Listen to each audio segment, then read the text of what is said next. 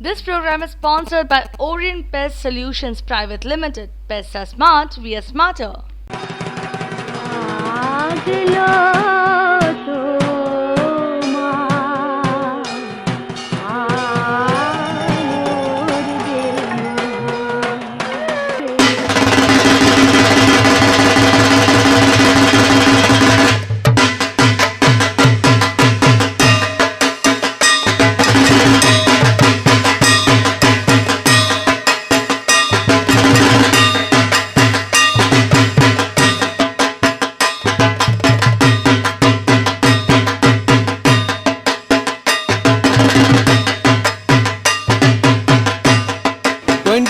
TV শারদ সম্মান 2018 আপনারা জানেন আমরা কিন্তু বেরিয়ে পড়েছি বিভিন্ন জায়গার আমরা কিন্তু মণ্ডপ দর্শন করছি এবং আপনাদেরকে দেখাচ্ছি কি করে এবারের যে পুজো সেই পুজোর যে আমাদের যে কম্পিটিশন সেই কম্পিটিশনে সবাই অংশগ্রহণ করছে এবং প্রত্যেকেই কিন্তু হাড্ডাহাড্ডি লড়াই করছে। এই মুহূর্তে আমরা রয়েছি উত্তর শালকিয়া মানে হাওড়ার উত্তর শালকিয়া সার্বজনীন দুর্গোৎসব কমিটির যে পুজো মণ্ডপ সেই পুজো মণ্ডপের সামনে আপনারা দেখতে পাচ্ছেন এখানে বিশাল বড় একটা প্যান্ডেল করা হয়েছে এবং থিমের পুজো এনারা করছেন। আমরা বিভিন্ন জায়গায় যাচ্ছি গিয়ে দেখছি কিন্তু এবার থিমের প্রাধান্যটা একটু বেশি, সাবেকি আনাও রয়েছে কিন্তু একই সঙ্গে থিম। এইখানে যে উত্তর শালকিয়া সার্বজনীন দুর্গোৎসব কমিটি যেটা দুর্গা বাড়ি বলে পরিচিত, দুর্গা বাড়ির পুজো আপনারা বিভিন্ন সময় দেখেছেন, এনারা কিন্তু মানে তাক লাগানোর মতো পুজো করে আসছেন বিগত কয়েক বছর ধরে। যেই জন্য এই যে হাওড়ার যে দর্শক তারা তো এখানকার পুজো মণ্ডপ দর্শন করার জন্য আসেনি, এখানকার প্রতিমা দর্শন করার জন্য আসেনি, একই সঙ্গে দূর দূরান্ত থেকেও কিন্তু দর্শকরা এখানে আসেন। এনাদের থিম বা এনাদের পুজো কিন্তু এতটাই আকর্ষণীয় হয় দর্শকদের কাছে। তো চলুন আমরা ভিতরে দেখে নিই এনাদের এইবারের যে পুজো প্রস্তুতি সেটা কত দূর এবং কীরকম, চলুন দেখে নিই।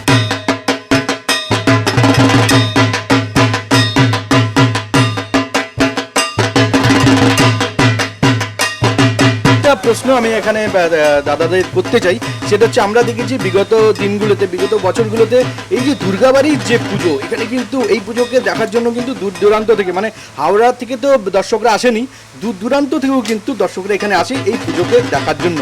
তো এখানে এত যে ভিড় হয় সেই ভিড়কে সামলানোর জন্য কি এবার কোনো বিশেষ কোনো ব্যবস্থা কী ব্যবস্থা থাকছে? আমরা প্রতিবারই এভাবে ভিড়টাকে সবসময় কন্ট্রোল করার চেষ্টা করি এবং আমাদের ক্লাবের প্রচণ্ড ভলেন্টিয়ার আছে এবং আমাদের সিকিউরিটি আছে, তারা সবসময় নিজেদের কন্ট্রোলে আস্তে আস্তে দর্শনার্থীদের ঢোকায় এবং আমরা চেষ্টা করি দর্শনার্থীদের যাতে কোনো কষ্ট না হয় তার জন্য আমরা সাধারণভাবে তাকিয়ে দেখতে পারবেন যে আমরা এখানে এসির ব্যবস্থা করেছি, এসি লাগানো আছে যাতে দর্শনার্থীদের কোনো কষ্ট না হয় এবং দর্শনার্থীরা খুব পিসফুলি আমাদের সাথে ঠাকুর দেখেন এবং আমাদের খুব আশাবাদী দিয়ে যান সত্যি আপনারা এই ছোটো জায়গার মধ্যে এত সুন্দরভাবে সাজান যে আপনাদের সুন্দর আমাদের খুব ভালো লাগে। আপনারা দেখতে পাচ্ছেন আমরা আস্তে আস্তে কিন্তু ঢুকে যাচ্ছি মণ্ডপের ভেতরে। খুব সুন্দর কাগজ দিয়ে একটা সুন্দর মণ্ডপকে তৈরি করেছেন, একই সঙ্গে আলোর বিচ্ছুরণ। আপনি একটু দেখাতে বলবো মণ্ডপের ডান দিকে সুন্দর শোলার কাজ অনেকটাই তৈরি হয়ে গেছে এবং আরও কিছু তৈরি হওয়ার অপেক্ষায়। আশা করি দর্শকদের যথেষ্ট ভালো লাগবে, সুন্দর কাজ, নিখুঁত কাজ শিল্পীরা করেছেন। এনারা এবারে যে থিমটা করেছেন সেটা হচ্ছে একই সঙ্গে শোলা, কাগজ এবং বিভিন্ন রকম মানে শোলার যে কাপ হয়, প্লেট বা আরও অন্যান্য জিনিস দেখতে পাচ্ছেন আপনারা। এই সমস্ত জিনিস দিয়ে কিন্তু এইবারের যে পুজো মণ্ডপ সেই মণ্ডপ কিন্তু সুন্দরভাবে তৈরি করছেন দেখতে পাচ্ছেন। একই সঙ্গে আলোকসজ্জা এবং যখনই মণ্ডপের ভেতরে ঢুকবেন দেখতে পারবেন বিশাল বড় একটা গাছ, সেই গাছের মধ্যে অনেকগুলো আয়না ঝুলানো আছে। এই রকমভাবে সুন্দরভাবে এই জায়গাটা করা, সুন্দরভাবে ডেকোরেশন করা। তো এইটা কি জন্য এবং কি থিম, তো এখানে আমরা পেয়ে গেছি এখানকার যারা পুজো কমিটির সদস্যরা রয়েছেন তাদের সঙ্গে কথা বলে নেব এবং জেনে নেব যে এই সমস্ত জিনিসপত্র যা এনারা করেছেন তার পেছনে মূল ভাবনাটা কি আছে। হ্যাঁ, একটু আসবেন দাদা। হ্যাঁ, আপনি এখানকার থিম মেকার, তাই তো? আপনার নাম? সুজিত। এই যে থিমটা যে আমরা দেখতে পাচ্ছি মূলত থিমটা কি একটু যদি একটু এক্সপ্লেন করেন। থিমটার নাম দেওয়া হয়েছে ত্রিকোণ শান্তি। ত্রিকোণ শান্তি কনসেপ্টটা নেওয়া হয়েছে হচ্ছে বাবা মা আর সন্তানের মধ্যে যে ভালোবাসার মেলবন্ধন আছে এই মেলবন্ধনটাকে ফুটিয়ে তোলার জন্য ত্রিকোণ শান্তি নাম দেওয়া হয়েছে। হ্যাঁ, ত্রিভুজের যে তিনটে কোণ, ওই তিনটে কোণ, একটা কোণ বাবা, একটা কোণ মা আর একটা কোণকে সন্তান, এই তিনজনকে উদ্দেশ্য করে পুরো কাজটা করা হচ্ছে। এবং তিনজনের যে একত্রিত একটা মেলবন্ধনের যে জায়গা, সেটা যে একটা শান্তির পরিবেশ তৈরি করে দেয়, সেই শান্তির পরিবেশটা পুরো সাদার মাধ্যমে পুরো প্যান্ডেলের মধ্যে ফুটিয়ে দেওয়া হয়েছে। প্যান্ডেলের বাইরে থেকে ভেতর অবধি, এমনকি যে মানে যেগুলি মাটি মূর্তি থাকে, হ্যাঁ, তো সমস্তটাই পুরো হোয়াইটের ওপর কাজ করা হচ্ছে। আমি দেখতে পাচ্ছি এখানে অনেকগুলো আয়না, মিররকে এখানে ইউজ করা হয়েছে, ব্যবহার করা হয়েছে। তো এর পেছনে কি কোনো ত্রিকোণটা আপনি ব্যাখ্যা করলেন, তো এই আয়নারও কি কোনো মানে কারণ আছে? কারণ আছে। কারণ হচ্ছে যে এটা দেখতে পাচ্ছেন যে পুজোতে যে তেকাঠি ইউজ করা হয় আর যে দর্পণ ইউজ করা হয়, ওটা পুরো গাছেতে হ্যাঙ্গিং করা হয়েছে।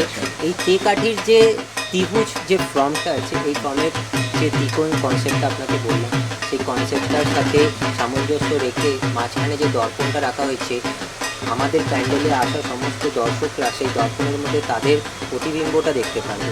তো তার জন্য ওই ত্রিভুজের সাথে তাদের শান্তির যে একটা ভাব, সেই ভাবটা প্রকাশ করার জন্যই এখানে দর্পণ আর তেকাঠিটা ইউজ করা একদম খুব হচ্ছে। সুন্দর কিন্তু একটা কনসেপ্ট, যেই কনসেপ্টের মাধ্যমে এনারা ফোটাতে চাইছেন। দেখুন, এখন ভাগ হতে হতে পরিবারগুলো ছোট হয়ে গেছে, কিন্তু ছোট হয়ে গেলেও পরিবারের তিনটে মাথা, অর্থাৎ মা বাবা এবং তার সন্তান, এবং এদের মধ্যে যাতে বন্ধনটা ঠিক থাকে এবং প্রত্যেকেই যাতে নিজেদের সাথে সেটা রিলেট করতে পারে, তার জন্য কিন্তু এই আয়না, যাতে যারাই দর্শকরা এখানে ঢুকবেন তারা যাতে নিজেদের সেই যে জায়গা, সেই যে পারিবারিক যে বন্ধন, সেই বন্ধনটাকে নিজেদের ভেতরে উপলব্ধি করতে পারেন। তার জন্যই কিন্তু এই কনসেপ্টটা এনারা এই যে দুর্গাপুজো এইবারের যে মণ্ডপ, সেই মণ্ডপের মাধ্যমে তুলে ধরেছেন। এবং আমরা দেখতে পাচ্ছি চারিদিকে কিন্তু আলোক সজ্জা অনেকটাই এখন কমপ্লিট হয়ে গেছে, দেখতে পাচ্ছেন সুন্দরভাবে কিন্তু আলোর একটা খেলা কিন্তু এনারা রেখেছেন খুব সুন্দরভাবে।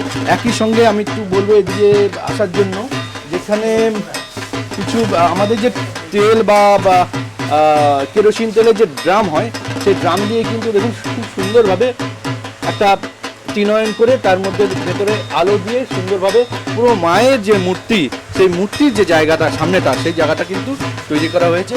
এই দিকে যদি ক্যামেরা ঘোরাই তাহলে আমরা দেখতে পারবো মাতৃ প্রতিমা, এত সুন্দর একটা রূপ মায়ের। তো এই সম্বন্ধে যদি একটু কিছু বলেন দাদা। আসুন, এই যে মাতৃরূপ, এই রূপটার মধ্যে থেকে কি বোঝাতে চাইছেন আপনারা? আপনি মাতৃ মুখের যে চোখটা আছে, এই নয়নটা দেখবেন যে এই নয়নটা বুদ্ধ স্টাইলে করা হয়েছে। হ্যাঁ, যেই বুদ্ধ স্টাইলে করার জন্য আপনার শান্তি যে ব্যাপারটা, যে আমরা যখনই কোনো মানে যোগা করি বা যাই করি, তো আমরা বুদ্ধ বা বুদ্ধিস্ট স্টাইলটাকে নিই, কারণ তার যে ধ্যান করার যে মানে ভঙ্গিটা, সেই ভঙ্গিটার মধ্যে একটা আলাদাই একটা পিস অফ মাইন্ড রয়েছে।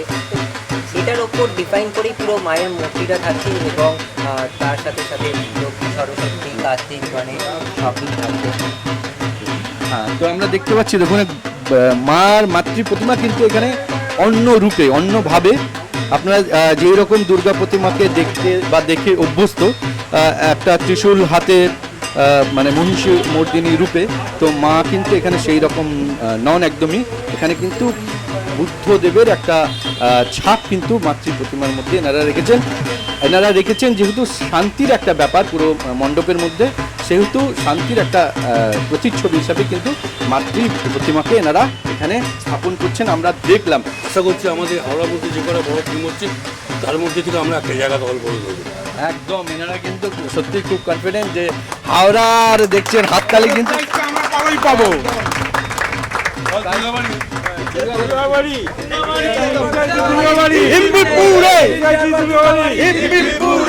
দেখতে পাচ্ছেন এনারা কিন্তু মানে এখন থেকেই মানে উল্লাসিত হয়ে পড়ছেন। কেন, এনারা যেভাবে এই মণ্ডপ এবং প্রতিমাকে সাজাচ্ছেন, এখনো প্রতিমার পুরো রং এবং যা আছে সমস্ত কিছু কমপ্লিট হয়নি, তবুও এনারা এতটাই আশাবাদী এখানকার পুজো কমিটির সদস্যরা, যে এনারা কিন্তু এখনই উল্লাসিত হয়ে পড়েছেন যে পুরস্কারটা কিন্তু সত্যি এনাদের ঝুলিতে আসছেন।